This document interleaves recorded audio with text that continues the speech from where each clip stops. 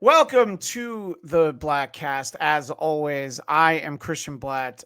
Excited to be back with each and every one of you out there in the audience. Today, I'm going to be joined by someone who I became aware of because of a guest he had on, but I want to talk to him about his show and all about his love of something that I'm a huge fan of: hard rock, heavy metal, all those things. Nick Graystone, Nick from the Primal Scream podcast. How are you, Nick? What's up, dude? How are you? I'm good. So you were telling me before you started that you got held up a little bit extra at work. So we're talking to you in Yeah, I the got held car. up. Yeah, I got held up a little bit at work, man. Someone didn't come today, so they asked me to stay, and it's overtime. So I'm like, you know what? Fuck it. I don't care. I'll do it. No, definitely. And Am I allowed to curse on you? absolutely, yeah, yeah. All There's right, cool. Let's make there's sure. there's no fucking problem with that, Nick. We appreciate it. And also, I for our visual audience, I have to comment on fantastic Nightmare on Elm Street 3, the Dream Warrior shirt. That I think really made up for Nightmare on Elm Street 2, where they had the terrible idea that Freddy would exist in the real world, and they went back to the Dream Warriors and the Dream World. And we got, of course, a great song from the Vinnie Vincent Invasion with Mark Slaughter on vocals, a song called Love Kills on the soundtrack there. On part 4, yeah, That's absolutely. part But four. And then this one had Doc in with the Dream Dream Warriors, Warriors. yeah, Yeah, and right, Into the exactly. Fire also. That's right. I was getting ahead of myself. I was going to talk about obviously the Dawkins song Dream Warriors, which is fantastic. And then they followed it up with the Vinnie Vincent Invasion part 4. Those are Which is the still ones. good. Yeah. Yeah, no, it's great. And say what you want about Vinnie Vincent, he at least always knew that he shouldn't sing. That was kind of an important thing for him to know, right, Nick? 100%, man. I mean, you know what though? I gotta give a little credit to Vinnie Vincent because he wrote some really good Kiss tunes in his time there. Oh yeah, Um, but I he's have a always been a friend, recluse and a fucking weirdo and stuff, and definitely a that's weirdo. But I have a yeah. friend who lives in the Detroit area, and he has the firm belief that Vinnie Vincent saved Kiss, partially with his guitar playing, but some of the songs that he wrote between "Creatures of the Night" and "Look It Up," Oh you hell might yeah, not, dude! the band might not have survived without some of those songs.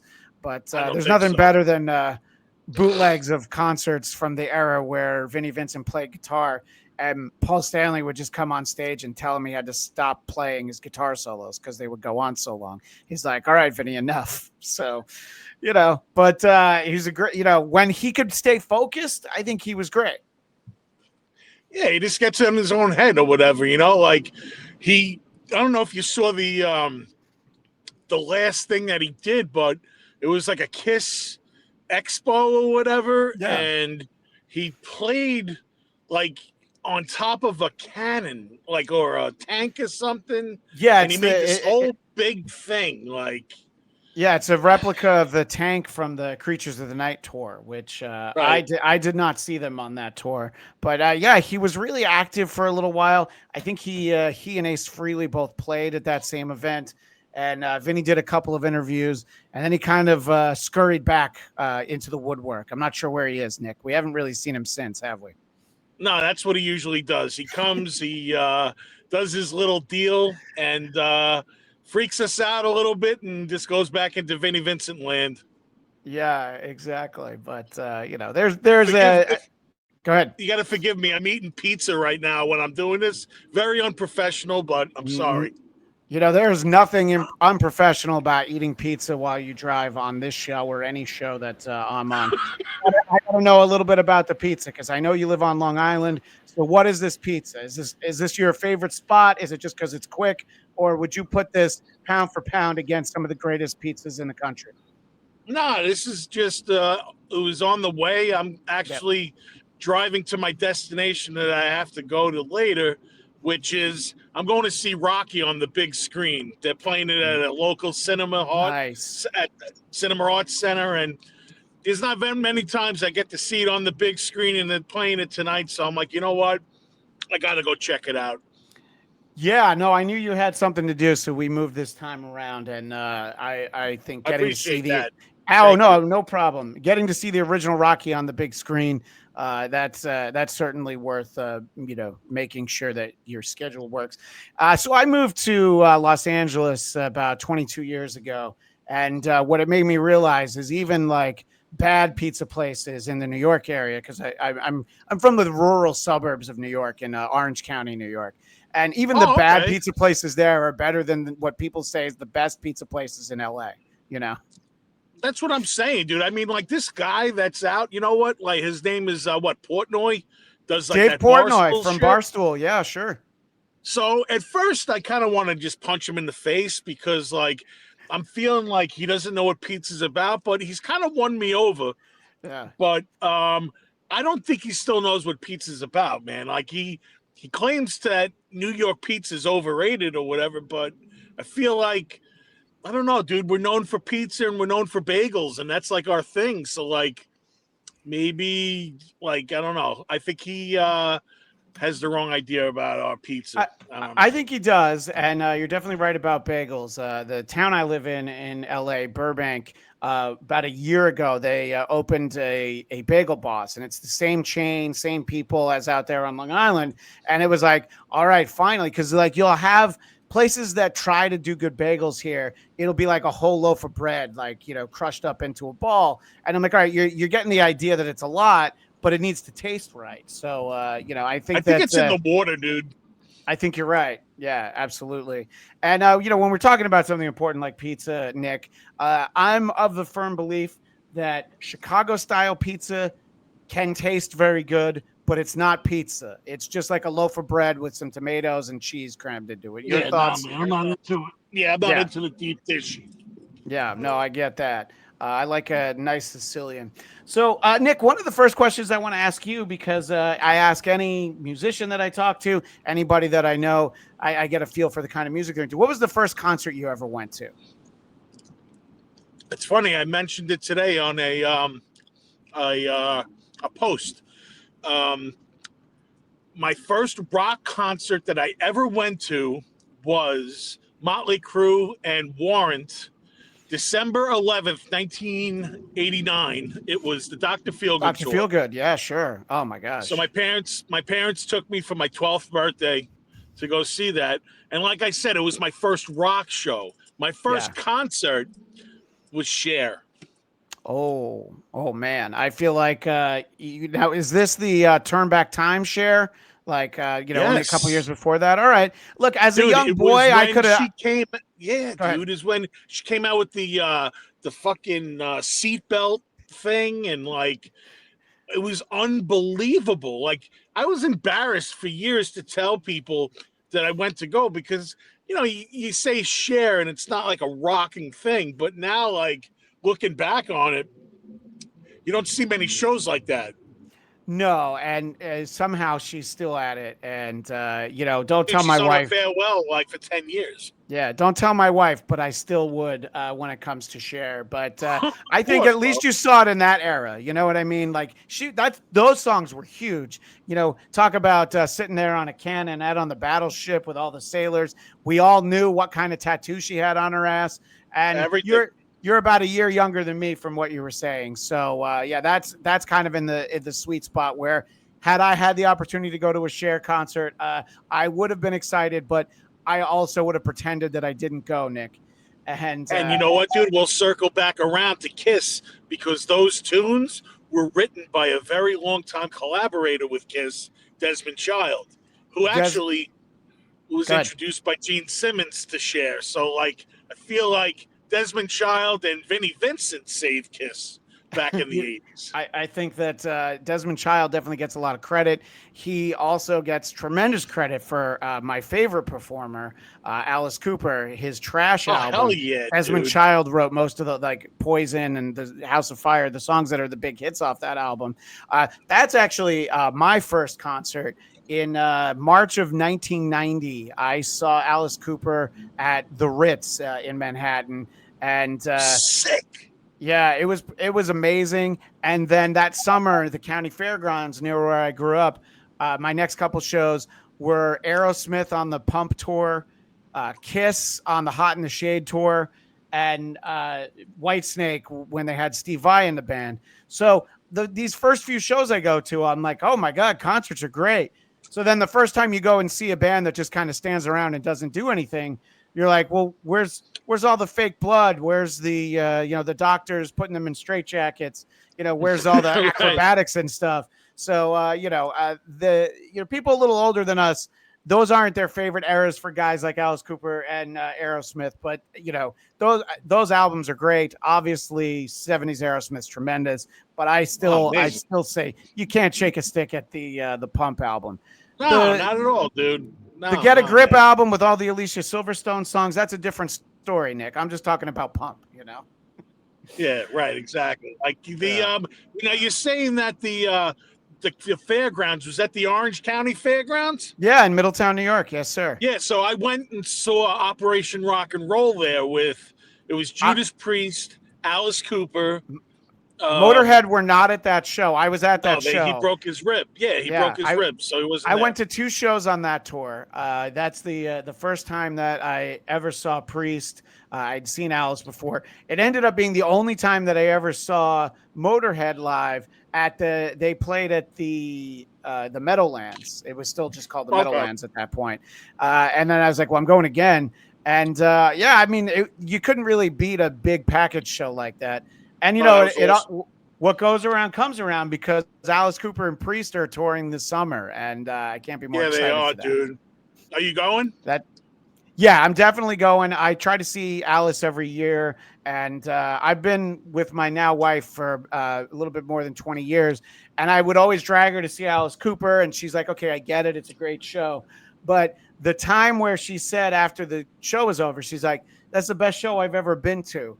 Can we go buy a T-shirt for me? I'm like, you want to go to the merch table? Yeah, absolutely. And we were already married at that point. But if she had done that a couple years earlier, we probably would have gotten engaged a lot sooner, Nick. A chick who wants to go to the merch table after the show and not beat the traffic. Yeah, you know what? Why don't you get 2 or 3 T-shirts? That's not going to be a problem. Yeah, and that's what I love about Alice. I took my daughter to go see Alice Cooper, actually. My daughter loves Alice. Yeah, she's 10 years old, and she's already seen him twice. Oh, nice. But she loves him. And, yeah, she, like me, dude, my parents, they weren't into it. They took me to go see it. But now I'm kind of like passing the torch to her. And, I take her to shows now. My ex-wife takes her to shows. So it's pretty cool, man. She's been seeing a lot of good ones. No, that's great. And my son's actually about to be 10 this summer, and I've had the thought. I'm like, I think he might be ready for Alice. I don't think he was ready for Kiss on the farewell tour, which again, I'll believe it when I see it. They're doing some shows in Vegas this fall, but they're like, well, it's not a tour. We're not in the makeup. But I think that if you can start him young, Nick, on having good taste in music, you absolutely should. So I just saw Gene Simmons this past Friday, actually, at the Paramount. How is the set list? Because I know when he does the solo band, sometimes they do Kiss deep cuts, and other times you're like, okay, well, this is basically the same as a Kiss set list. Were there any surprises? He played Parasite, which was awesome. Nice. Yeah. Dude, he played Spit off of Revenge. I love Revenge. I think that's a great album. I agree. So he played that. Which was pretty awesome to hear, because I haven't heard that song in a long time, and it actually made me revisit the album. He played, the staples too. He did Shout It Out Loud, and did Calling Dr. Love, which was kind of cool. Haven't heard that in a while. Yeah, I've seen Ace solo a few times, and he'll do some of the songs you expect, but he's got enough solo stuff that he knows to at least dip into a couple of them. I actually went to a show where Ace did his entire '78 solo album, start to finish. Dude, that's in my top 5 of Kiss albums, actually. Yeah, no, definitely, I agree. So, We were talking about concerts a minute ago, and I wanted to Yeah. throw in: is there a venue, whether it's in the New York area or somewhere else, where you're like, oh, any show that I've been to, it's just better in this room? Whether it's a club, an amphitheater, or an arena, is there a venue that you feel like that's the best place to see a show? I mean, I've seen so many great shows all over the place. I've seen Yeah. concerts like throughout the world, but like Radio City Music Hall has some acoustics in it, probably the best in the world. And like not that I've been blown away by the shows there, but just the sound quality was amazing. Um, Yeah, no, yeah, I definitely. mean, I nothing off the top of my head, man. No, not I used really, man. to I Just used to love a club in Hoboken called Maxwell's, which was so small that the band had to walk through the crowd to get on and off the stage. So I once saw this '90s like sort of alternative surf punk band, Rocket from the Crypt, and they were like, "Okay, we I don't remember want to them, walk." dude. Yeah, we don't want to walk through the crowd. So they all like kind of laid down and pretended, and they had us all like cheer for an encore, and then they all just popped up. But it was such a small room, and you could see some great bands there. I know it's not a place for concerts anymore. Here in LA, they redid the Forum, which used to obviously be also for basketball and hockey, but they redid it just for concerts. So the sound is actually pretty great. Nice, Yeah, so that's nice. good My because band Demon Skull, we actually played the Whiskey, and their sound system was pretty awesome. You know, like it was really the sound guy gave a shit. I felt like it was weird because usually sound guys really are a dime a dozen, dude. Some of them just show up to get paid and don't give a fuck. But this guy actually, you know, gave us his attention and tweaked the right things and sounded pretty awesome. the Whiskey's a great place, a great room to see shows. A friend of mine used to host a show for Access TV that would film there every week called World's Greatest Tribute Bands. So you would get these. So they were filming a TV show, and you would get all these tribute bands, and that was fun. But probably the coolest show I saw there was when Alice Cooper was doing the Welcome to My Nightmare. So the second Welcome to My Nightmare, he played there. So it was 2011. I got a shirt for it. And Nice. the last time he played there was 1969. They opened for Zeppelin. And so Holy it was, shit. they had Robbie Krieger of the Doors. Kesha came out, which, I'm not that excited about that, but it's cool when people come to, people from other genres pay their respects to Alice, so that was pretty great. And, I've definitely seen some good shows there. I saw Mike Tramp from White Lion there last year, and there's always a lot of good stuff. So I saw Lynch Mob there last year, which was great. So I was like, I was just like, the songs are all good, but I'm just going to watch George Lynch play guitar from 3 feet away. Yeah, it's So sick. Is it the same band back, like the Lynch Mob, the same like guys in it, or does he no, have I different? don't think so. I don't even Yeah, know that it's any of the same guys. So it's just, how it is. You use the brand name sure. because it's easier to get promoters to sell tickets. But he's Well, another guy Lynch that said Mob he was is on his really his. You yeah, know, like that's it. that's more forgivable than a keyboardist showing up and calling themselves Great White. You know what I mean? Like Yeah, no. But, I mean, what about Leonard Skinner, where like everybody from the band is they're all actually dead, dead, dude. and they have this is like the second cousin. Oh, and this guy played tambourine on the second record, so technically Yeah, he's a member. And those songs are great, but it's like, all right, you don't need to try to convince me that it's Leonard Skinner. yeah, absolutely. You were talking about Motley before, and That's my favorite band. I did not see them on the Dr. Feelgood tour. That's like the only show I remember selling out at that Orange County Fairgrounds in Middletown. I didn't have the concept of like, oh, I need to buy the tickets like when they go on sale. So I didn't see them then, but I have a friend in Canada who is a huge fan of them, and he has always wanted to see them. But I think you might have a similar opinion to him.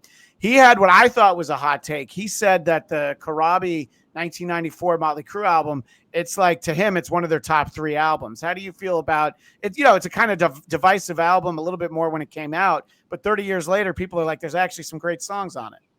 It's the bastard album, man. Like, no one, back when it first came out, it didn't get the love that it should have. Yeah. Pound for pound, it's some of the greatest stuff they've ever written.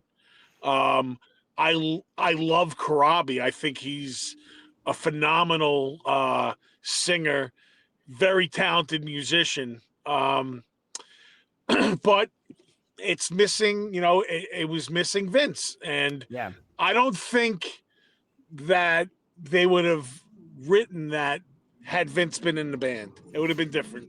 I think it would have been a very different album. I think they were definitely doing different things. And I agree with Karabi. I've seen him with Dead Daisies. I've seen him solo. And yeah, he's great. And it's sort of like that situation where it's like, whatever Motley Crue did in 1994 probably wasn't going to work, but it was definitely the worst time to not have your lead singer that everybody knows. I know it might have been the best time, because at 94, no one gave a fuck about that type of music, dude. That's a good point. So when Motley Crue reunited after a couple of years, and kind of like the Seattle sound at that point, it was already established, but like people like, oh fuck, Vince is back in the band. You know what? I want to go back and see it. I feel like Motley Crue has some kind of fucking like angel on their shoulder, bro, because like it guided them through, well, that and Tommy Lee's dick, through like the times that no one gave a fuck, Yeah. And judging from stories that you'll read in books like The Dirt, Tommy Lee's dick has probably ended up on somebody's shoulder, when they're trying to sleep or something. It seems like they were up to some really wild shit back there, Nick. But oh god, dude, it's awful. Some of those stories are awful, and how they didn't get canceled is way beyond me, bro. Well, and talking about an angel on their shoulder, though. I mean, obviously, the song "Kickstart My Heart's" about it, but okay, maybe not. But I was gonna say maybe Mick Mars is the one guy who probably shouldn't have died, but he had all those health problems. So I think that the fact that they're all still alive. I mean, Mick's not in the band anymore. But I feel like a few times over, they definitely cheated death. How do you feel about replacing Mick Mars with John 5 as they go out there as Motley Crue?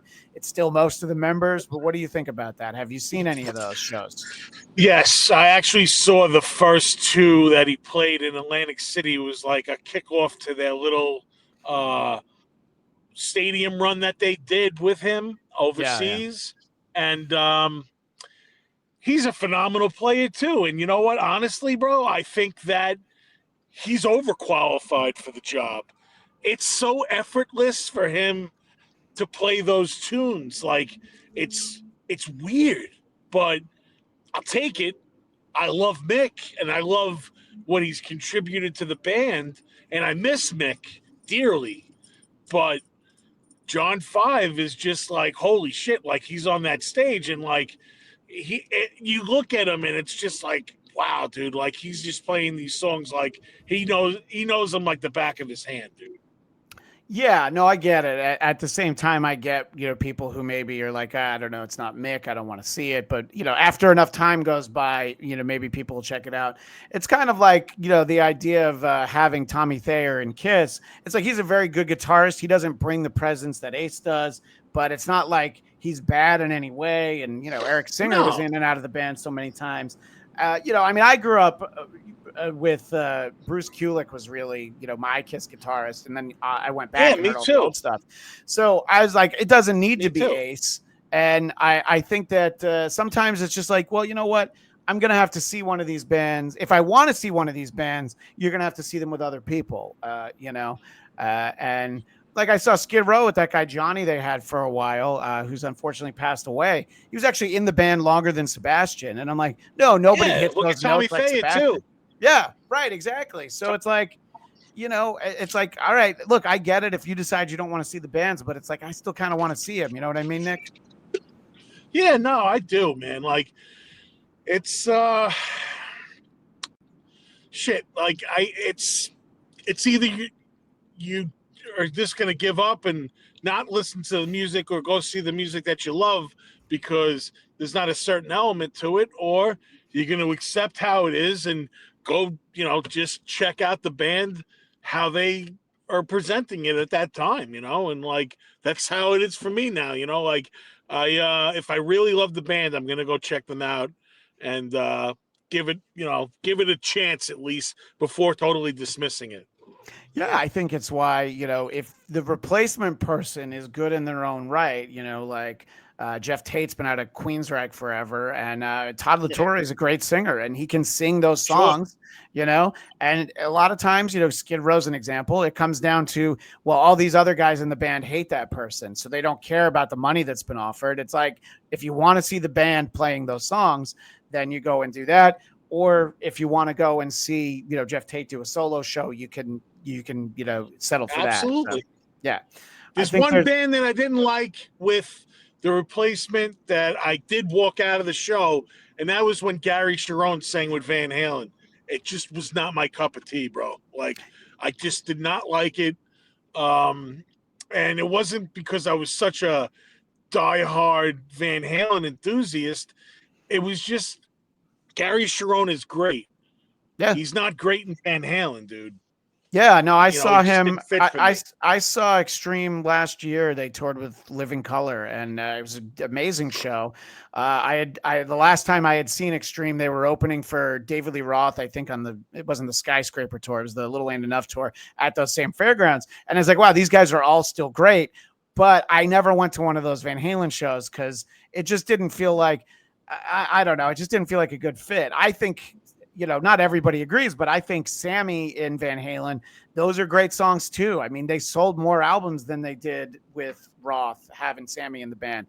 There's, and that doesn't necessarily mean something's great, Nick, absolutely. but they had tremendous success. And look, Sammy's a better singer technically. You have that presence of Dave on stage. I understand the appeal for that, but I think that was one where it's just like, oh, it just seems like a different band. But, you have Eddie. So It's weird how Gary Cherone didn't quite really, measure up because he's a great singer. But I think, because he sang Dave and Sammy songs. So I can't imagine that seeming like it would work. I'm a you know what it is? Like, I am a Van Hagar guy, dude. Like, I'll take Sammy over Dave. But, I like hearing Sammy do the Dave stuff. Like, it's pretty cool, but now look, Dave's solo, he's doing a solo tour right now. It actually, the place that I went to go see Gene, the tickets went on sale. It sold out within an hour. It's pretty crazy. Wow. That's great. Yeah. That's there's the demand for that. Yeah, I was just in Vegas last weekend, and Sammy had like a residency there that I would have liked to have seen him, but I was all tied up with stuff that I was, what I was actually in town for. But fun fact about Van Halen, that obviously at the time none of us knew that, but I ended up seeing the last ever Van Halen show.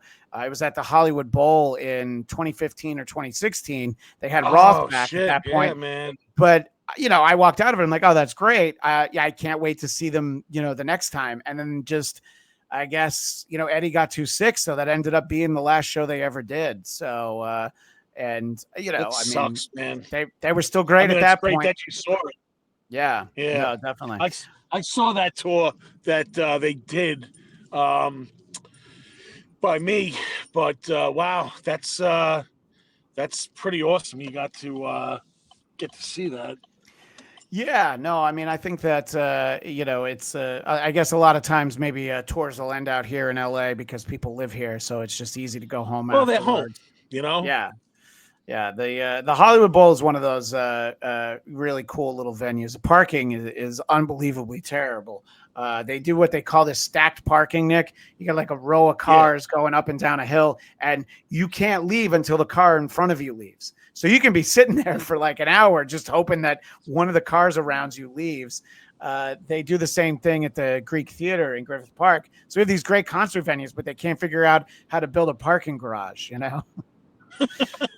So, but it's we do what we need to. I grew up where, like I said, I grew up in Orange County, New York. So it was a lot of like taking a bus or a train into the city, and it taking like hours to get home afterwards. But it was always worth it. I would say that the I don't love huge stadium shows, but nothing will ever come close. Nothing will ever come close to '92 when I saw Guns N' Roses, Metallica, and Faith No More at Giant Stadium.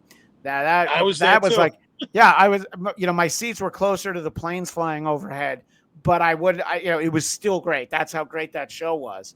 And I mean, that's GNR meant for a stadium. Yeah, GNR at their peak, and Metallica touring the Black Album, and I always liked Faith No More. That album that they were promoting there, Angel Dust, I thought was great.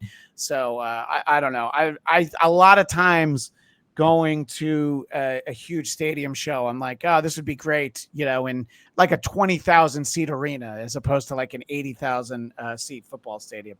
But I'm getting old, Nick. I do want a seat. When I see something's general admission, I'm like, man, I better really need to see this band if I'm standing up for 3-4 hours. I think I lost you for a second there. I think we did lose Nick for a second, but we'll be right back.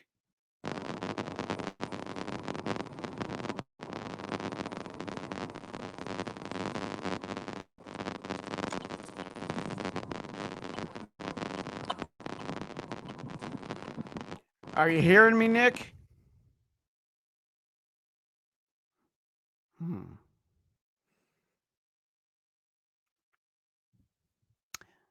And we'll be right back.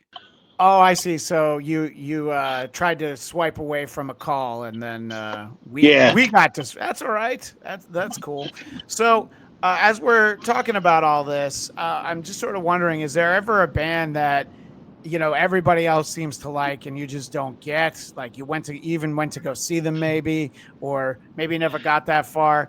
I mean, I think for the most part, you can. I can roll with a lot of things, but I'm just wondering if there's any band that you're just like, man, I don't get it.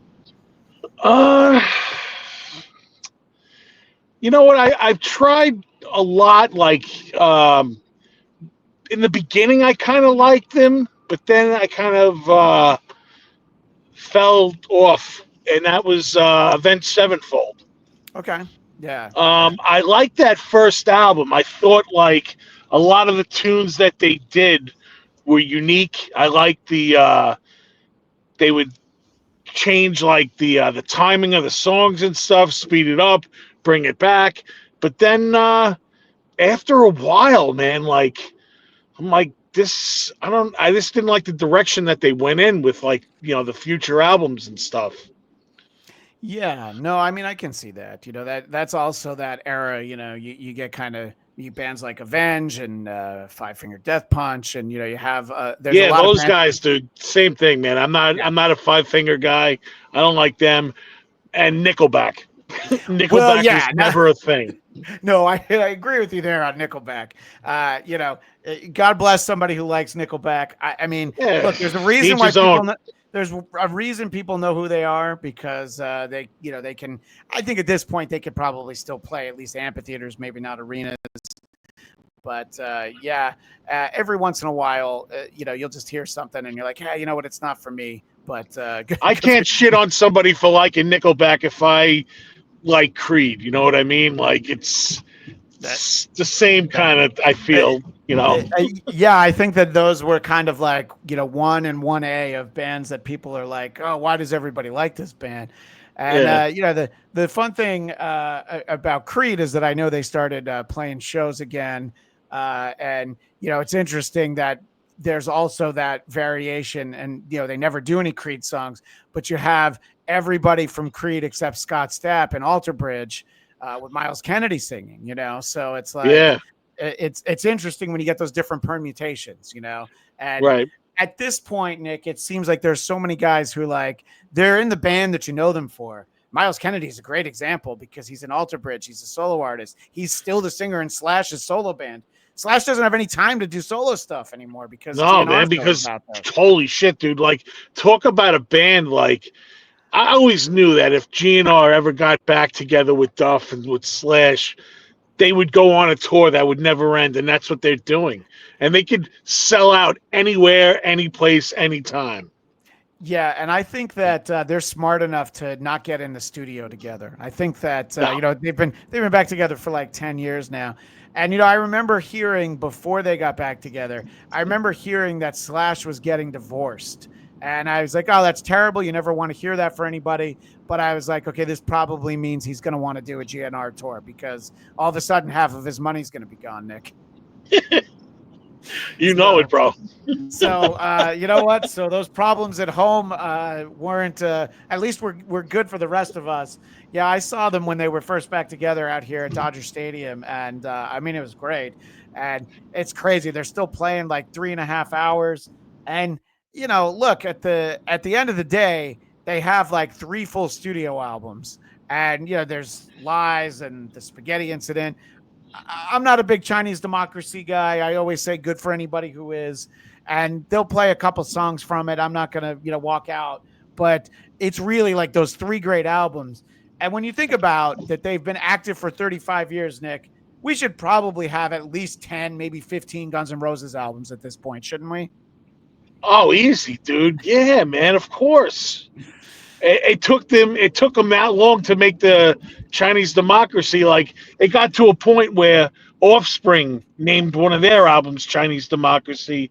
I think just to taunt Axl, because everyone was just like, it's a fucking joke, man. He's never gonna release it, and that's the whole thing, dude. Like, those albums, bro. Like, there was nothing like that ever. Like, putting those 2 out together, like, huge, man.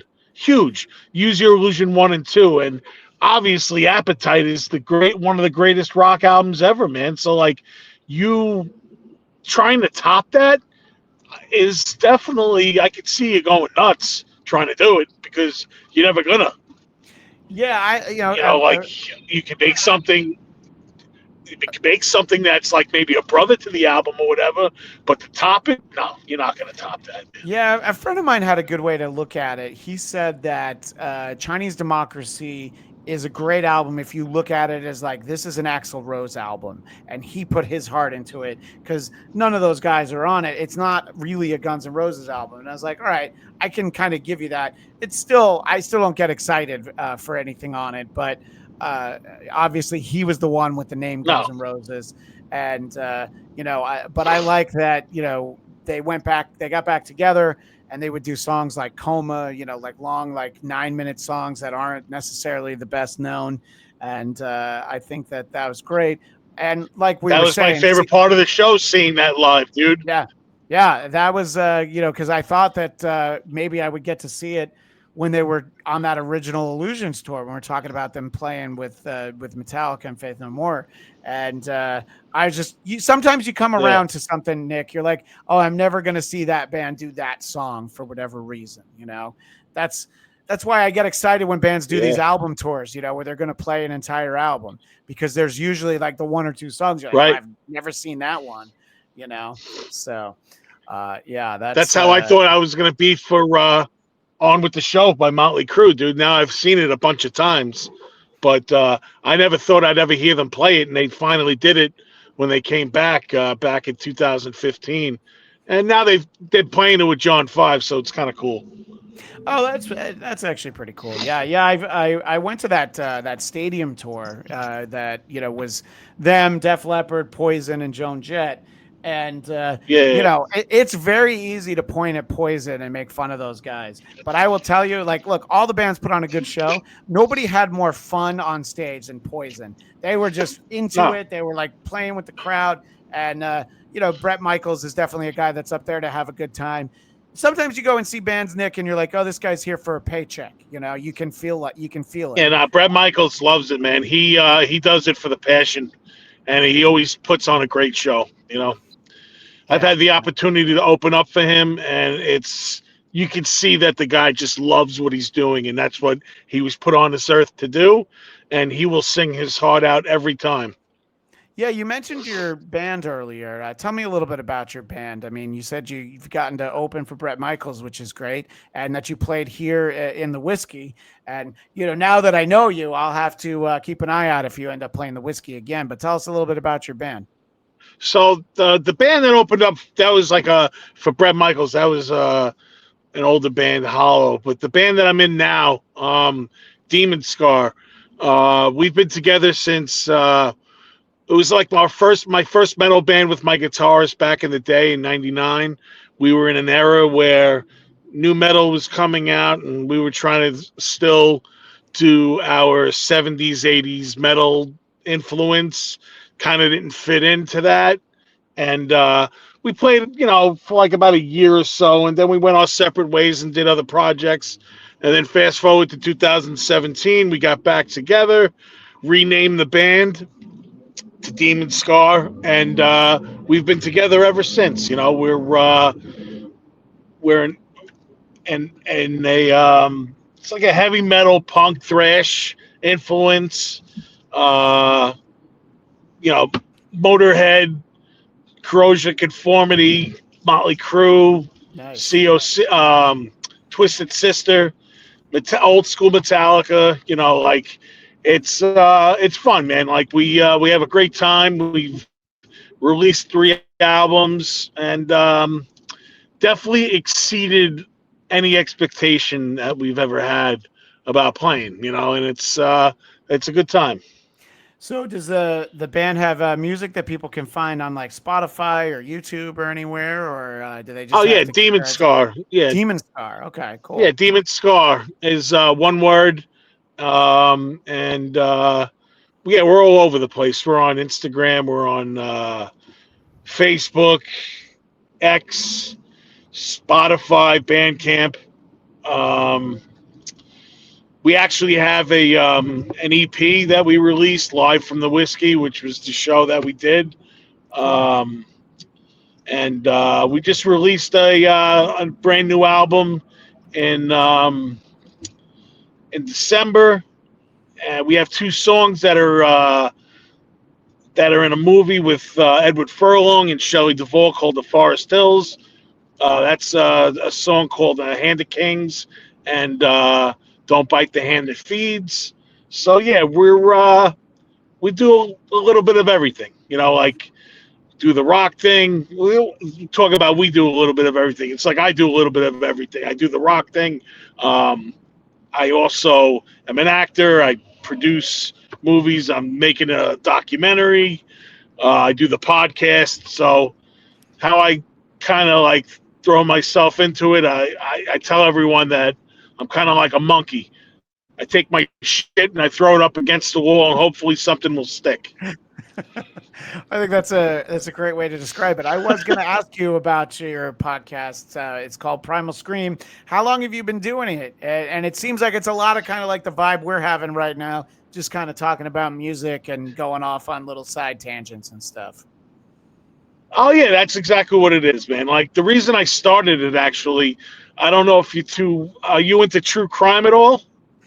A little bit. I actually have my friends Vinny and Carl do a true crime podcast called The Creep Off, and it's a great show. It's the first ever true crime podcast that's designed for men. Because you might notice, Nick, that they do tend to appeal to the ladies. Because for some reason, Hell it's yeah, like, dude. here's all the terrible things that Ted Bundy did. Yeah, but look at his eyes. Right? He's got bedroom eyes.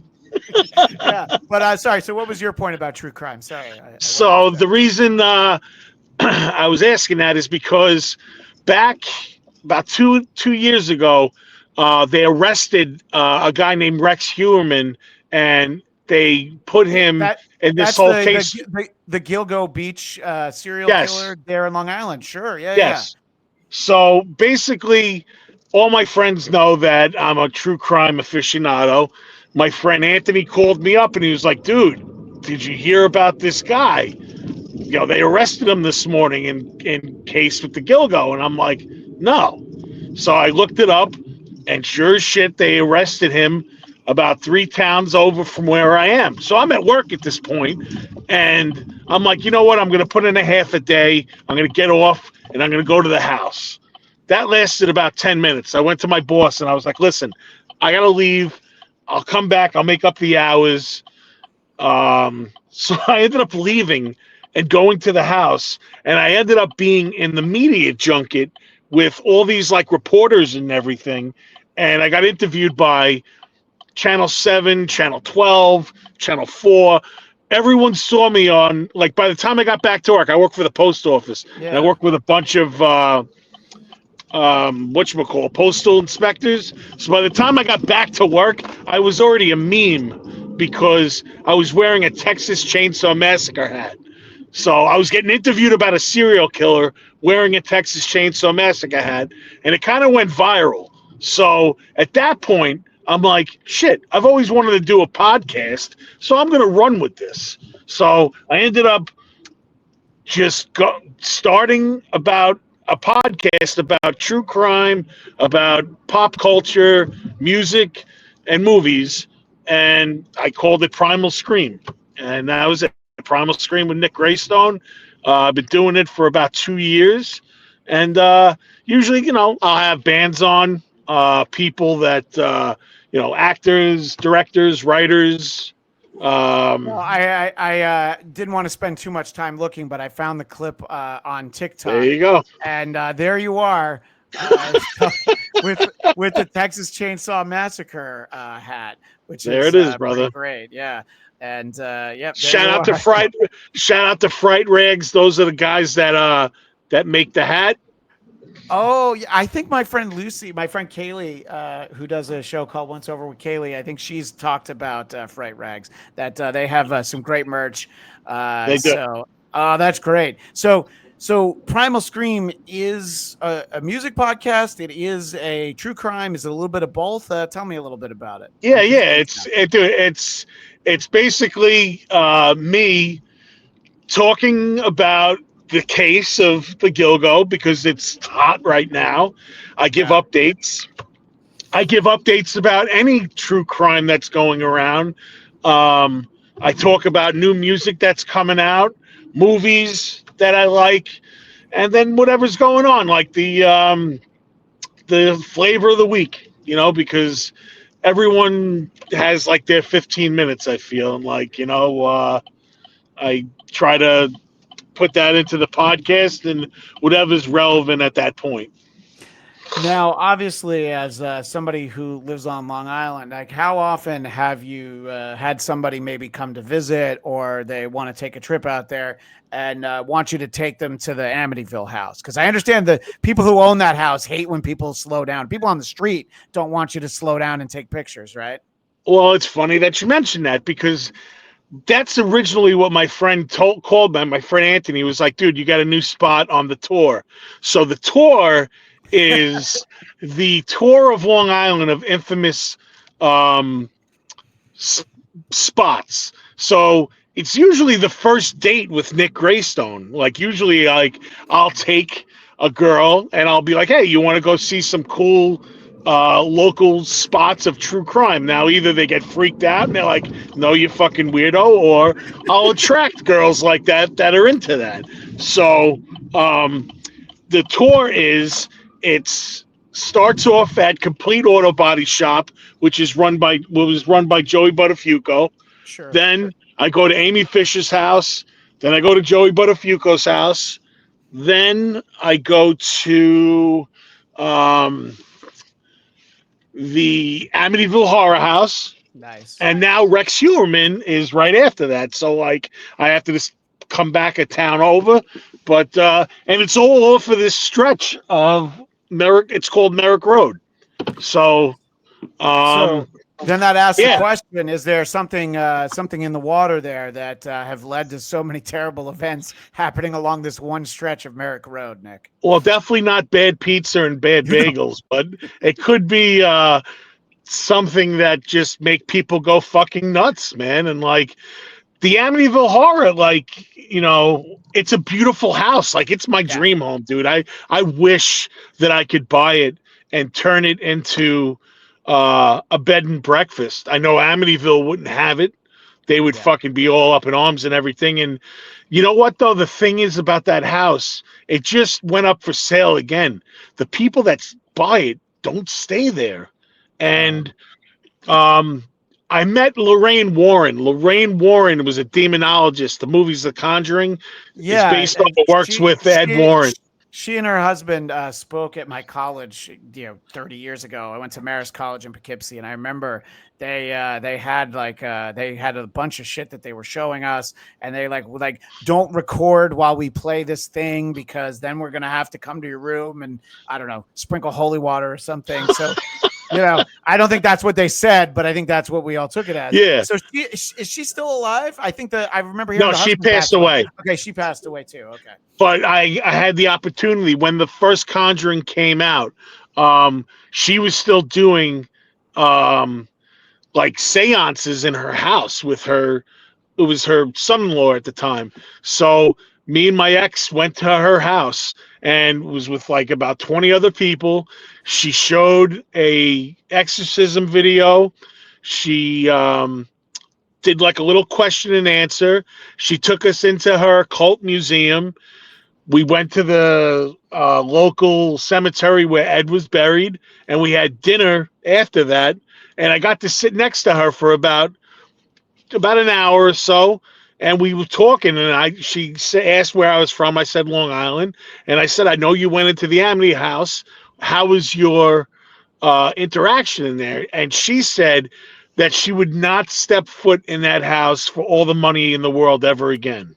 Wow. She said that there was such a bad vibe in there, and she got violently ill, and she just didn't make it through the night. They actually had to cut their whatever they were doing in there to see if they were like spirits and stuff. And she just said, it's just a bad vibe in there. I don't know what it was, but I would never go back in that house. And I don't know. Yeah, With that wouldn't scare me away, man. I gotta check it out for myself. No, yeah, but I mean, if the lady who has the Annabelle doll, the Raggedy Ann doll, Yeah. if she's like, no, this is too much even for me. But I'm with you, Nick. I'd be like, yeah, all right, I'll go check it out. I don't know if I'm gonna spend the night, but I would like to go inside and look around. I don't know if I want to. Absolutely. Because I can imagine the first creak that I hear of a floorboard. Oh yeah, I'm fucking out, man. I'm talking shit right now, but I'm sure I'd be fucking out of there quicker than anyone else. Yeah, it's like the old Eddie Murphy joke. They're at the house and they hear "Get out." Too bad we can't stay, baby. And that's me. That is definitely me. Yeah. Well, no. So that's actually So how often does that work as a good first date that leads to second or third dates? Obviously, well, I went with my ex, man. She loved it, so she married my silly ass.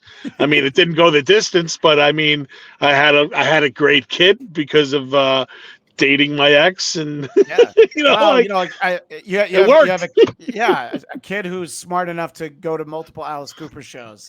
So, that's great. So, the reason that I became aware of you is sort of a series of events. You were at ChillerCon a few weeks ago.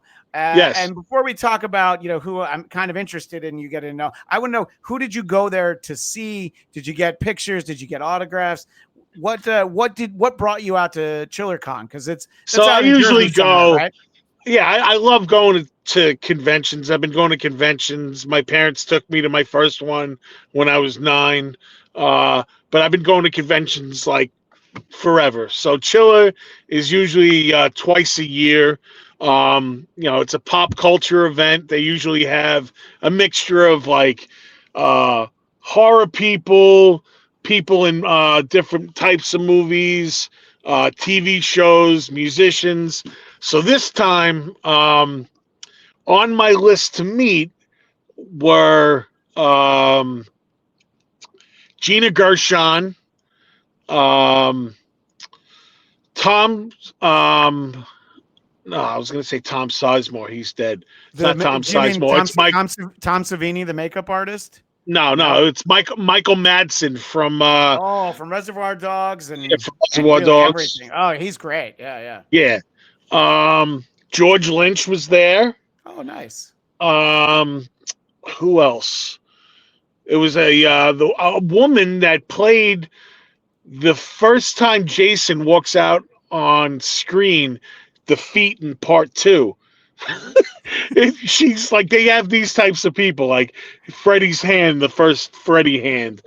These types of people now do conventions, and because I'm a completist with all these horror movies, I have to meet these people. Sure. So, and Maddie Corman, who was in Zoo. Uh-oh.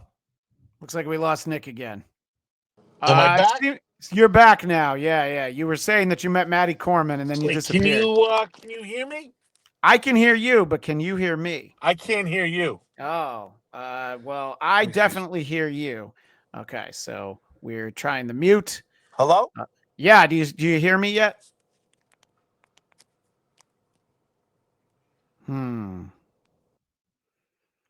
Well, this time I figured we would leave it on for a little bit and take a look at that. He'll pop back in though. I'm excited. I'm learning an awful lot about Nick.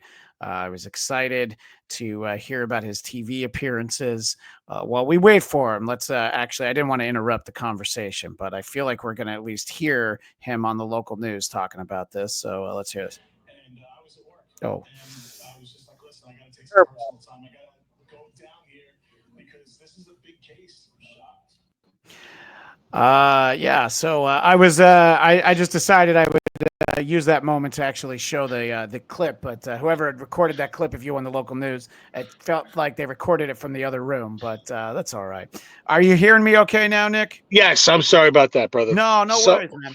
So you were talking about all the people. Now, is Maddie Corman any relation to Roger Corman, or is that a different name entirely? No, different name. And then the other person I wanted to meet was Stuttering John. Okay. Now, the first question about that, were you a big Stern fan? Obviously, you grew up in New York. I grew up in New York. So long before the rest of the country started to get turned on to this guy, we all knew who he was, going back to when he was on afternoons on WNBC. WNBC. So you saw this. Yeah, dude, definitely, man. Like, I listened to the original show. I was a fan of, when he made the transition and everything, and like, not a diehard fan, but definitely respect the guy for what he's done with radio, and he's just a great interviewer. Yeah, no, I mean, when Howard was first on Sirius and he started doing these, 60, 90-minute interviews with no breaks, that's when, in that heyday, I'm like, oh, wow, he's actually a really good interviewer because this is somebody I don't give a shit about. You think I cared about Gwyneth Paltrow, but he talked to her long enough where I'm like, this is actually kind of interesting. He'll get to it with anybody. So I think, now it's a little different, but if you go back to when he was first on satellite, and you'll like this, Nick. I saw a deal and I seized it. When he first went over to Sirius, they offered a lifetime subscription for $500. And I had a lot of disposable income at that point. It was before I met my wife. I didn't have any kids. I just had to pay rent. I'm like, let me do it.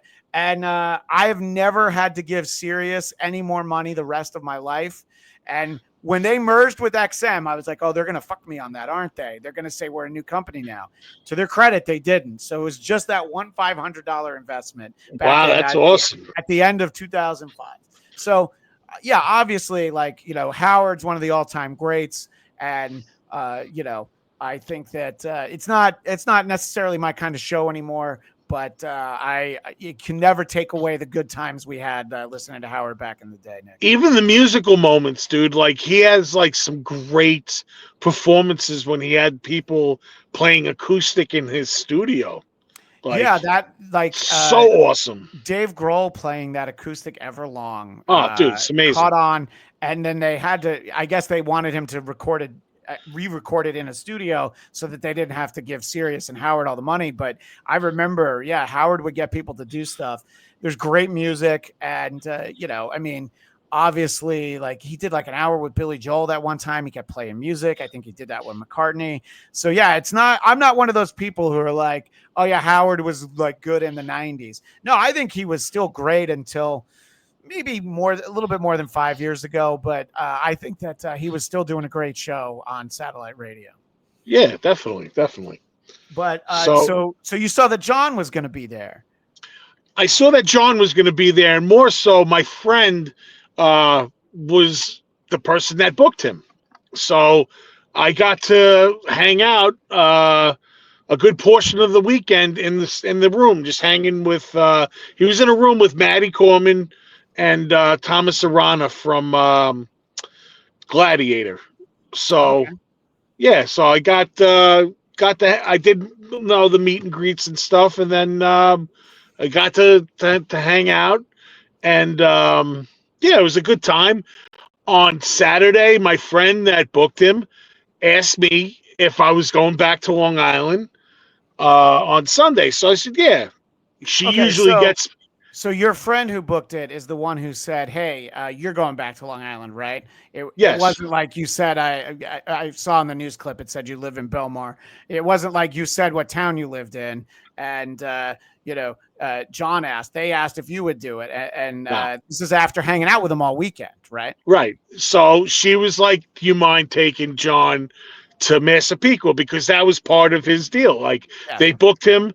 They offered him the transportation and the lodging and everything, which that's what they do when they book, talent for this. And because my friend has hooked me up through the years, I said, no problem. I thought it was going to be a great opportunity to ask him if he would be on my podcast anyway. I was going to ask him on the way home, hey, dude, you mind if I throw on the camera and we could do like a little impromptu, whatchamacallit, interview. But I didn't even. Basically like you're doing right now. Right, exactly. You could have done that. So you said you'd help out your friend. But I didn't even do that. We got down to talking. We got down to talking. We were laughing, having a good time.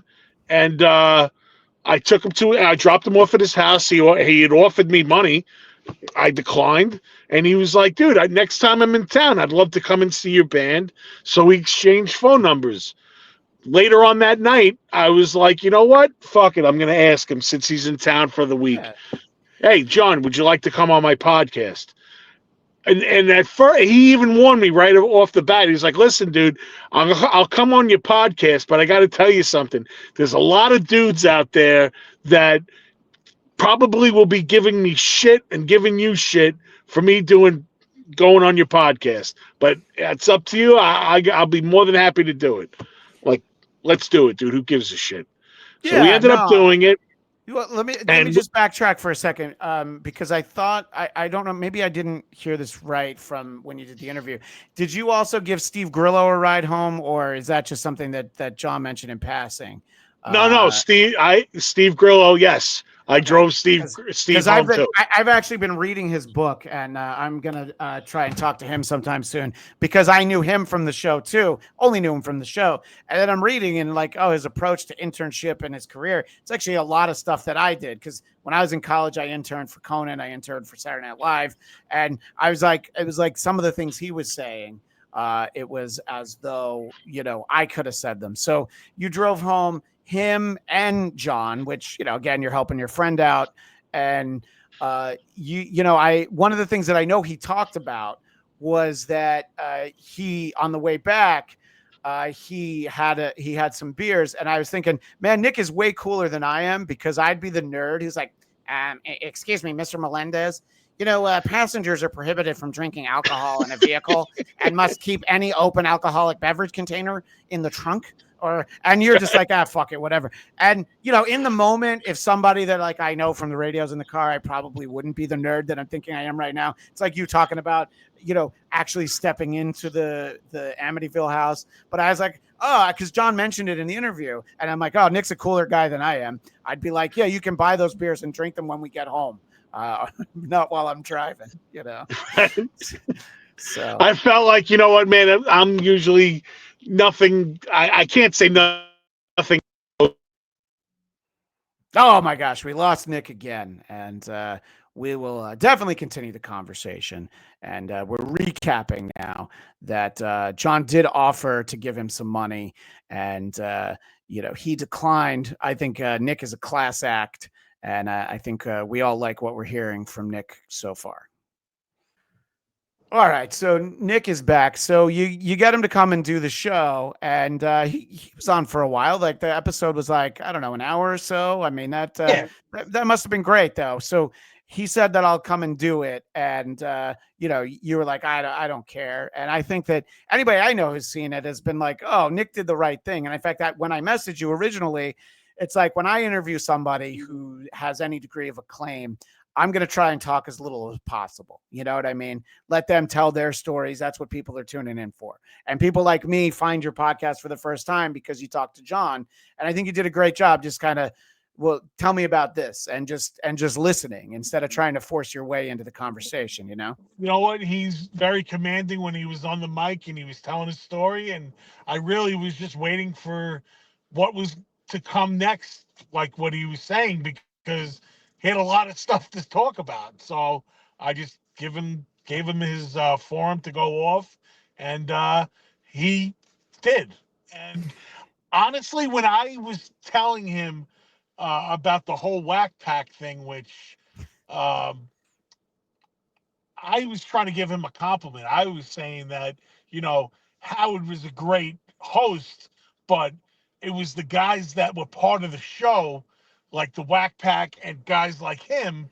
But then he just like was, oh, well, I wasn't a Whack Packer. And like, he got all thrown off by that, but he played along to it. He kept on repeating it, Well, yeah.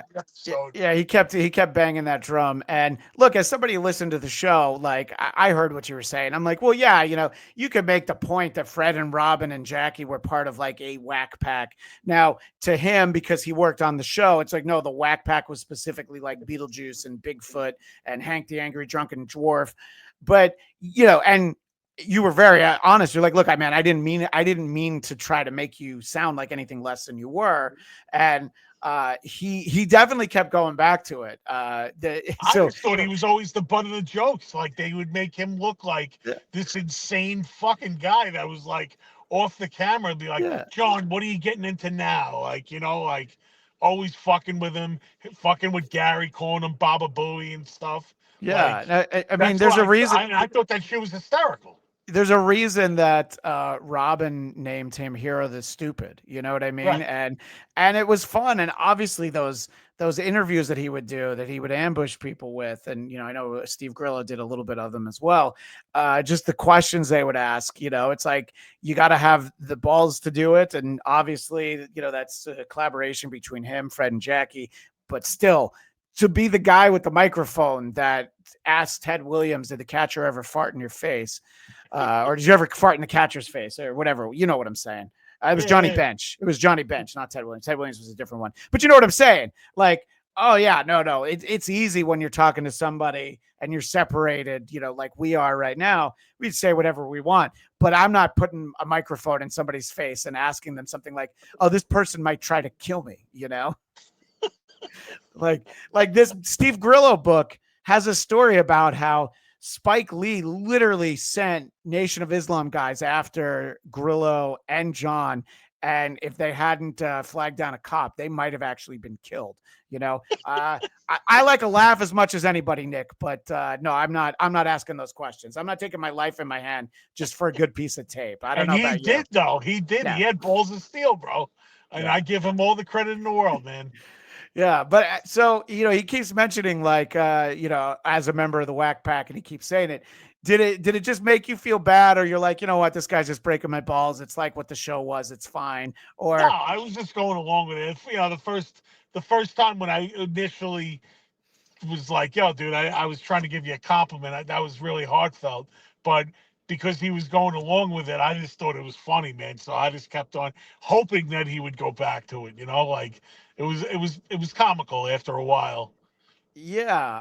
One of the more interesting things that I think people have paid attention to is when he's talking about his high school band, Stiff Minister, and like some of the shows that they did. And you said the thing that I would have thought, look, I've got the Alice Cooper shirt on right now. He's talking about, a guillotine and cutting somebody's heads off. And you're like, oh yeah, like Alice Cooper. And he's like, oh yeah, I didn't know about that. I was like, man, that's what he's known for. Come on. Yeah, dude. Shock. He was the original Shock fucking rocker. So did all that. as he was talking about the band, you again, the Battle of the Bands is a high school band in the early 80s. You're again doing what I would do. Let's just let him talk. But between me and you, we have a bit we do on one of my shows, and we ask an important question. Extraterrestrials, strange phenomena, missing persons, lost continents, myths, and monsters. We examine these mysteries to determine, are they bullshit or not? So that's from a great movie that I love called Amazon Women on the Moon. I don't know if you've ever seen it, but it's a fantastic. I love that movie, dude. Yeah. So that's why I like to ask the question, bullshit or not. Obviously, look, we all tell stories about back in the day. We embellish it. Did you feel like his account of the Stiff Minister performance at the Battle of the Bands was 100% accurate, or maybe there was a little bit of bullshit sprinkled in there? Oh, no, I don't hear you now, Nick. Nick, I'm actually not hearing you talk. I don't know if it's coming up. But we will work on getting that answer in a moment, because I'm not hearing you right now, Nick. So I don't know if the mic cut out, but it's okay. We've enjoyed having Nick. We're having some technical issues, but he's doing a great job kind of coming back from them every time. And we appreciate Nick hanging out with us and really maintaining. And I think I see you now. There, brother? Yep, we can hear you. So the question that I Okay, cool. asked, did you feel like it was an honest account of a Battle of the Bands, or maybe bullshit or not? Definitely embellished. Okay. I think, you know what? I don't know if you've, John even said sometimes you were diplomatic in your interview. You must be running for office. It's good. Always be a little bit down the middle. When you're given the question, bullshit or not, be like, somewhere in between. Because look, I think that if a high school band had a show like that, he would have gotten signed. And, all credit to him. He got a record deal. He put an album out. Absolutely, man. But He's done things that we've only fucking dreamed about. Like, I don't care, dude. It's like Nikki Sixx, dude. Like, the way that I never heard of a fucking heroin addict ever keeping a diary, a very detailed diary of that on top of it. So, like, a lot of people say that his shit is bullshit, but you know what? I've already read 3 of his books about his diary, and I'll continue to do so because I'm a fan.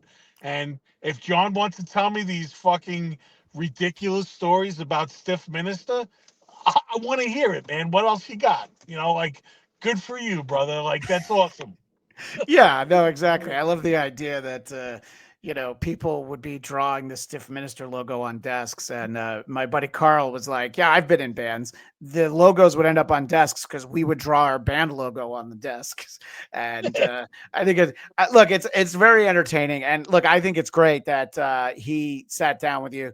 Again, you were nicer than I was, because I was like, oh, I'll give him a ride home. But I would try to get him to agree to my podcast before I gave him a ride home. The point, Nick, is that you're a nicer guy than I am. You're like, no strings attached. And he offered you money and you said no. And I would have had my hand out. I would have said, how much you got, John? So. And furthermore, then I was hit up by Shuley to do his podcast, Sure. which in turn was going to be, from what I learned, a rip fest into him, because I didn't even know that so many people had a disliking for Stuttering John, dude. Like, I don't get it. Like, Shuley has a fucking show with a couple of guys, and all they do is criticize everything he's done. Like, I feel like there's fucking mass murderers that don't get this much attention, bro. And like, he must have really did some nasty shit for them to do that. So like, I didn't want to be a part of that, No, I understand that. And I think that's why when I told you, it's like, look, I just want to talk to you about music. I'm very interested in this story, and I've loved everything you've said about your interaction with John at ChillerCon, because I had some questions. And I think that, the thing is that, like, people who have done shows where they maybe goof on like a live stream or a podcast he's done. And I don't know if you were an Opie and Anthony fan, but Opie's kind of the same way. people make fun of them and they respond to it. All you got to do is just, let it roll off your back, and then they're probably going to move on to somebody else. And I think, John sometimes made it personal, but yeah, I guess you probably just did a simple Google search and you realize that Shuli, who, by the way, I like Shuli very much on the Stern Show. Nobody could get content out of the underdog lady better than Shuli could. She hadn't been on the show in like a decade. I don't know if you were familiar with the underdog lady, but he actually got her on the show and she hadn't been on in forever. And, so obviously they had their issues, and I can understand you not wanting to talk to Shuli in that forum, I guess, right? Yeah, I just, you know what, man, like, I felt like he came at me like it was nice and everything, but I felt like I was also putting myself up on the chopping block because it was buddy buddy. But then I go on there and I started seeing some of the comments people were saying about me. So then I'm like, all right, now I'm going to go on there, and these people are going to fucking massacre me as well as John if I go on to the show. And it's just a no-win situation at that point. And I know my guitarist always says this: there's trolls on the internet. Don't engage with them. But I fucking can't help it. Like, I have to. It's very hard. I've had people say the vile things that because they don't like me on a show that I do, they'll say that they want like terrible things to happen to my kids, and I'm like, how do you get to that point in your life where you're like, oh, I don't like this guy's show. I hope that his R-word children are assaulted by a minority group that I'm going to use an unkind name for.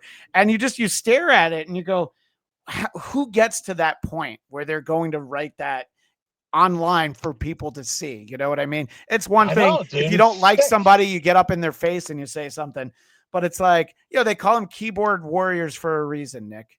It's true.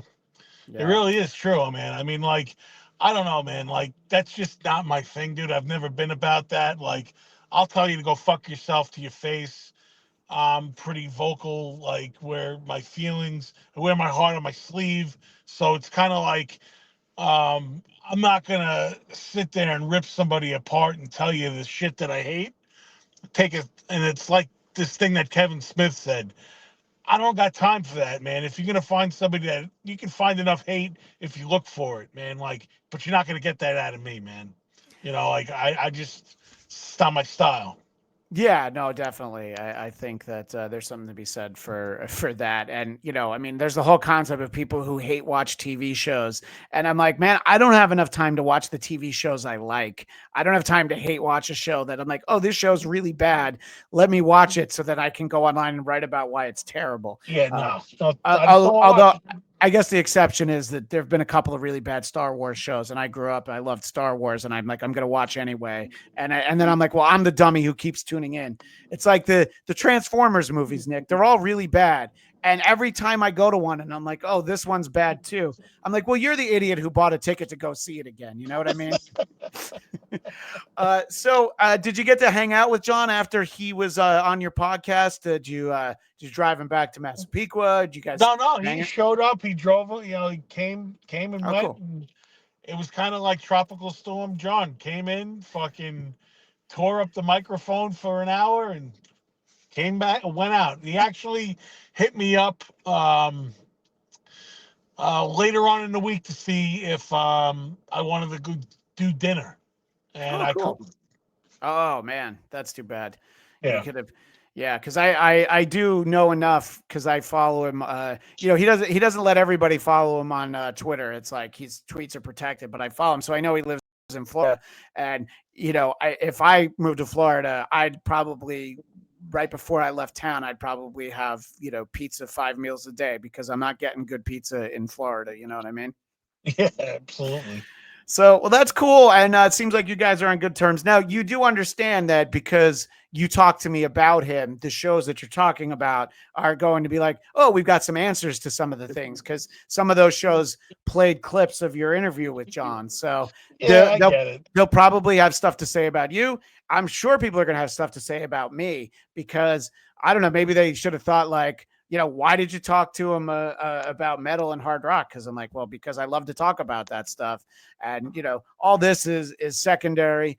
And I think, keeping it separate from going on any of the other shows yourself, then, maybe you get to have John on again, and maybe he will come Absolutely, check man. out your band sometime. Remind me the name of your band. You said it earlier, and I was going to write it down. I'm like, no, I'll remember it. And then like an idiot, I forgot it.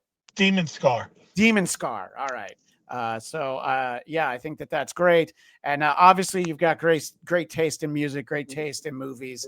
And the Primal Scream podcast. Do you have your own YouTube? Where do they find that? Primal Scream with Nick Graystone. It's on Instagram. There's also a Demon Scar YouTube that I upload some of the episodes on that, but you could find the audio of it on Spotify and other streaming services. And if you were able to sort of similar, like you had John sit down with you in the studio, is there a musician like, okay, look, if I could get them to sit in the chair like that for an hour, who would you be most interested in talking to? Because, sometimes some of my favorite singers, my favorite actors, they're actually not that interesting, but sometimes you hear people in conversation, you're like, oh, this guy's got great stories. Is there anybody that comes to mind that, like, who I'd love to have on the Primal Scream podcast? Two people, man. Definitely. I would love to have Kevin Smith on there, and I would love to have Nikki Sixx. Yeah, I mean, Kevin Smith, what an amazing storyteller. He does those live shows, and they put out DVDs of him back in the day. And I don't know if did you ever hear the story about him doing an event at like Prince's house, and he's talking about like the wardrobe person says that they bought all of his clothes at Gap Kids. It's like a 25-minute story. And podcasting was basically invented for guys like Kevin Smith, because it's amazing. I'm actually going to see Dogma at Smod Castle Cinemas on Wednesday. That's the theater that he used to go to as a kid. Yeah, he ended up buying down there in Leonardo, right? Yeah, and the best thing about it is the first event that he ever had there, it was a New Year's Eve thing, and I was newly single, and I'm like, you know what, I'm gonna fucking go to this tonight. Nice. It'll be fun. And he ended up reading half of the script, part of the script of a new movie. But the night started off with, he goes, I just want to tell you about something about following your dreams. George Carlin once said that the worst thing about stand-up is that you got to go out to a club.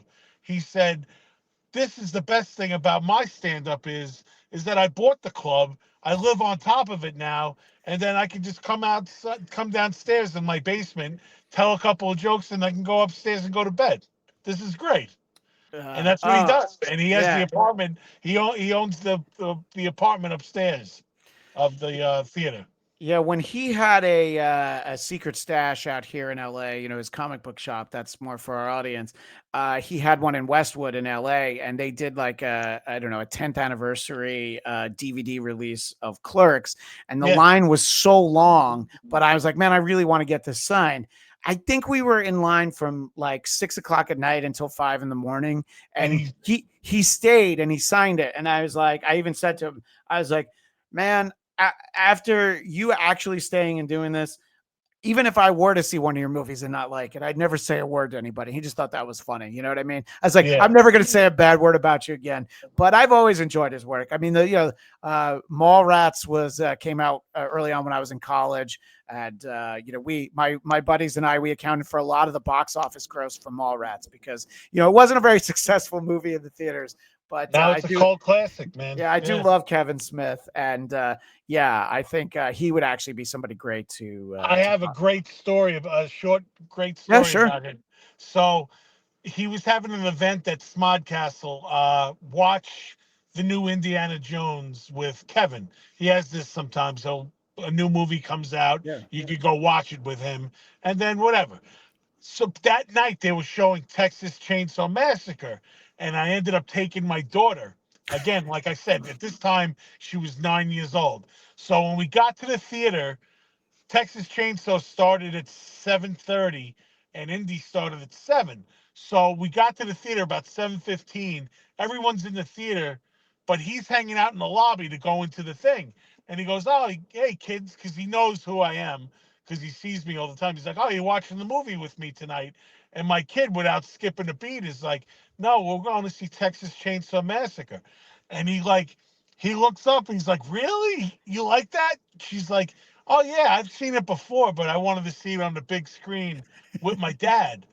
So he goes, "Kid, keep going to the movies with your father, because that's all I think about all the time is going to see movies with my dad in this very theater."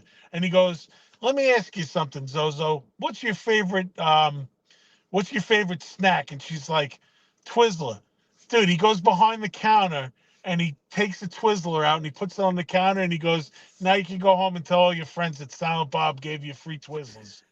Oh my God, I love that. Oh, Dude, that's it was such a fantastic. cool fucking moment. Like, just like him being him. It wasn't him putting on a front or No, anything. It was because just Kevin Smith, yeah, dude. he's a Like, dad. He's a dad. He gets it. And obviously, his daughter's an adult now, and she, does stuff on her own. But yeah, yeah, but that's great. Now, yeah, you always tend to hear great stories about him, and great guy, you know, dude. Like, yeah. I will always be a fan.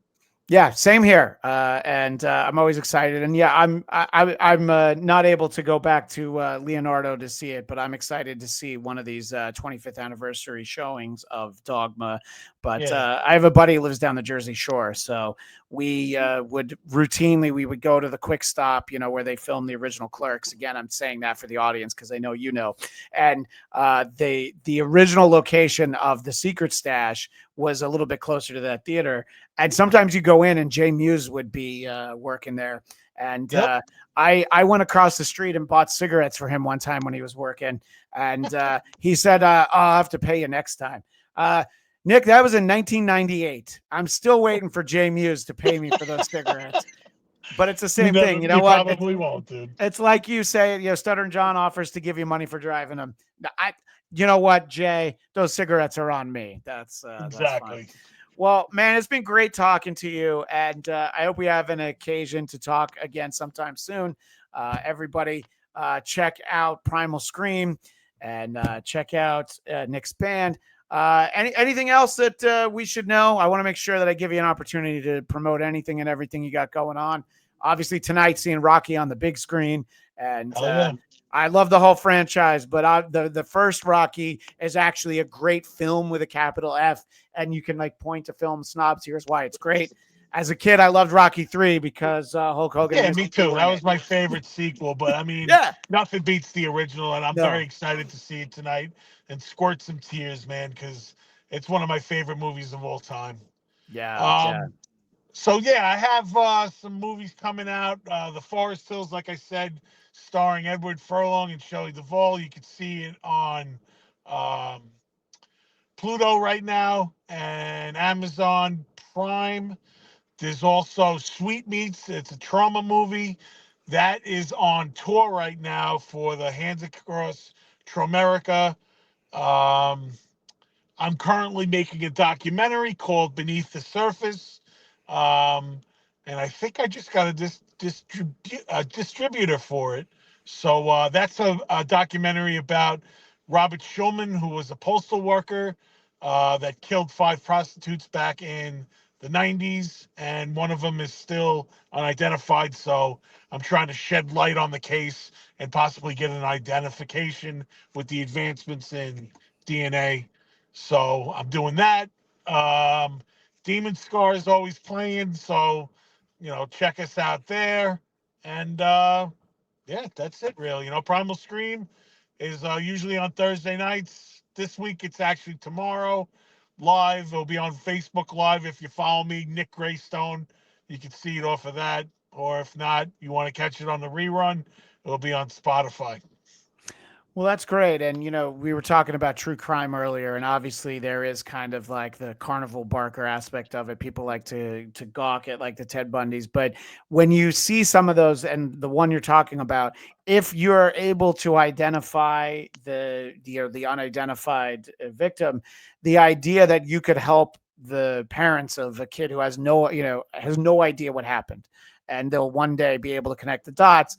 That's always one of those things. It's like, okay, they really are able to do some great work. And you want to talk about the waterworks and the tears. Something when you see that, it's like, obviously nobody wants to hear definitively, oh yeah, your child passed away 30 years ago, but to not have the doubt anymore and just know.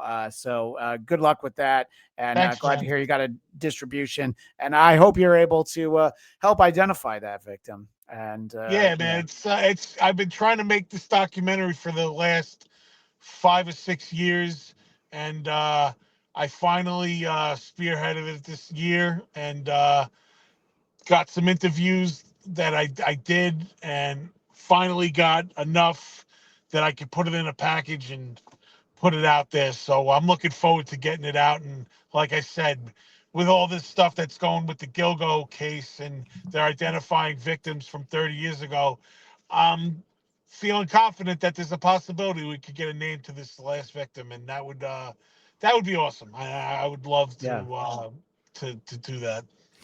And I know you're on Instagram, Primal_Scream_NZA. And you said you're on Facebook. And so people can find you on all those places. It was great. Instagram is Nizza6, NZASIXX. Oh, I see. You know what? I didn't even see the whole thing. That's on me. I'm glad you fixed that. And Nick, we obviously could have talked another hour and a half about our favorite bands and favorite concerts. So I hope we get a chance to chat again sometime soon.